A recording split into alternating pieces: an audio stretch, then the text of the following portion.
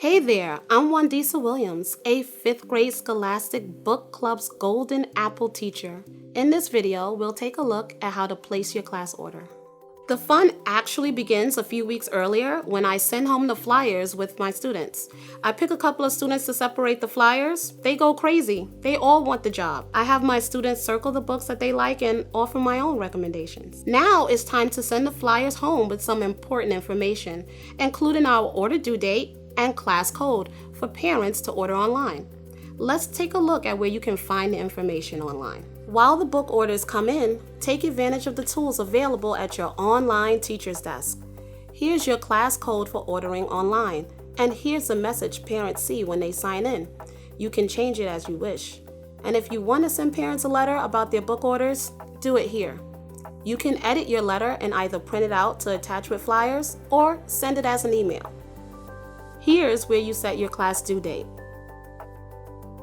Okay, so your order due date has come and gone, and you have your book orders. If your class is anything like mine, you probably have a mix of paper order forms with checks and parents who ordered online. First, you have to add the paper orders to your online class order. To do that, click Student Flyer Orders. Fill in the student name and item number and add. The good thing is, you only have to enter each student's name once for the entire school year. This is how their names and books get listed on the packing slip in your book box, so you can easily distribute the books to your students.